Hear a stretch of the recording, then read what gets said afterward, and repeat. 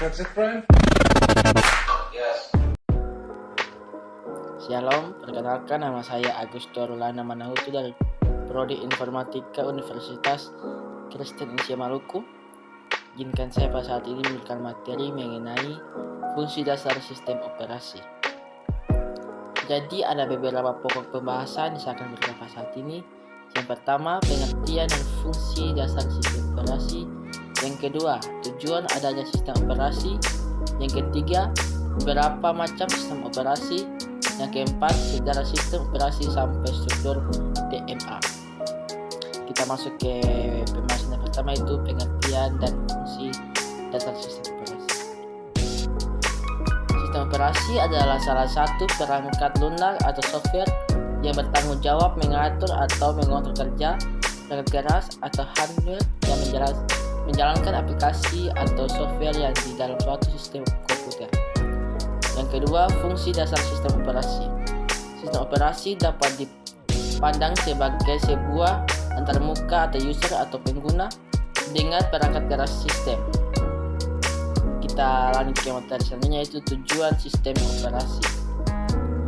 Sistem operasi yang disusun atau diprogram demikian rupa memungkinkan menerima perubahan atau mengembangkan baru yang efektif dan efisien, dapat melakukan pengujian sistem tanpa mengganggu layanan yang telah ada. Kita lanjut ke materi selanjutnya, yaitu beberapa macam sistem operasi. Jadi ada beberapa macam sistem operasi. Yang pertama yaitu Windows. Windows merupakan salah satu sistem operasi komputer yang tergolong populer. Kita masuk ke sistem operasi yang kedua, yaitu macOS. Sistem operasi komputer yang memiliki kepanjangan Picatos Operating System yang merupakan sistem yang dibuat serta dikembangkan oleh Apple sejak 2001. Yang ketiga, Linux. Berbeda dengan dua sistem operasi komputer sebelumnya, Linux merupakan keluarga sistem terbuka, yang mana sistem ini dapat dimodifikasi dan didistribusikan oleh siapapun. Yang keempat, MS-DOS. MS-DOS memiliki kepanjangan Microsoft Disk Operating System, merupakan sistem operasi komputer yang dominan untuk komputer pribadi atau PC sepanjang tahun dari 1980-an. Yang kelima, Unix. Unix adalah sistem operasi komputer multiseluler dan multitasking yang paling kuat dan populer. Konsep dasar Unix berasal dari proyek Multics tahun 1967. Yang keenam, Chromium OS. Chromium OS adalah sistem operasi tepat Google. Chrome OS dibangun yang menduduki laptop Chromebook yang stadion dan kerja Chrome OS. Kita lanjut ke materi selanjutnya, yaitu sejarah operasi sampai struktur DMA.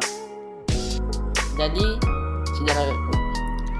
sejarah sistem operasi sampai struktur DMA yaitu generasi yang pertama dari 1945 sampai 1955.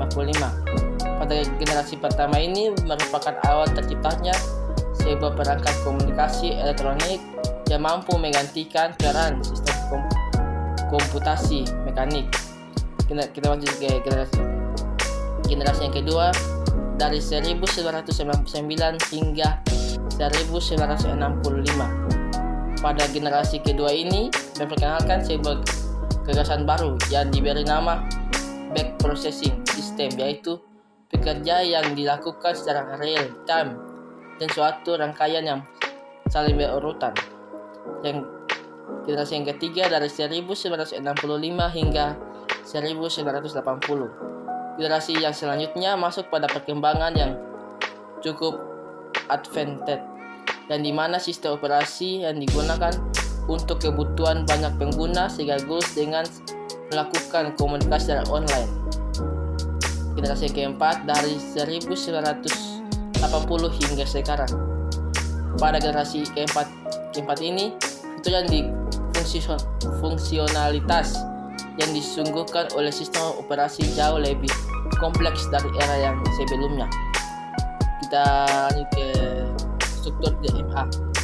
DMA Read Memory Access dapat diartikan sebagai sebuah metode pengguna I/O di mana disk controller langsung berhubung dengan memori utama tanpa intervensi CPU.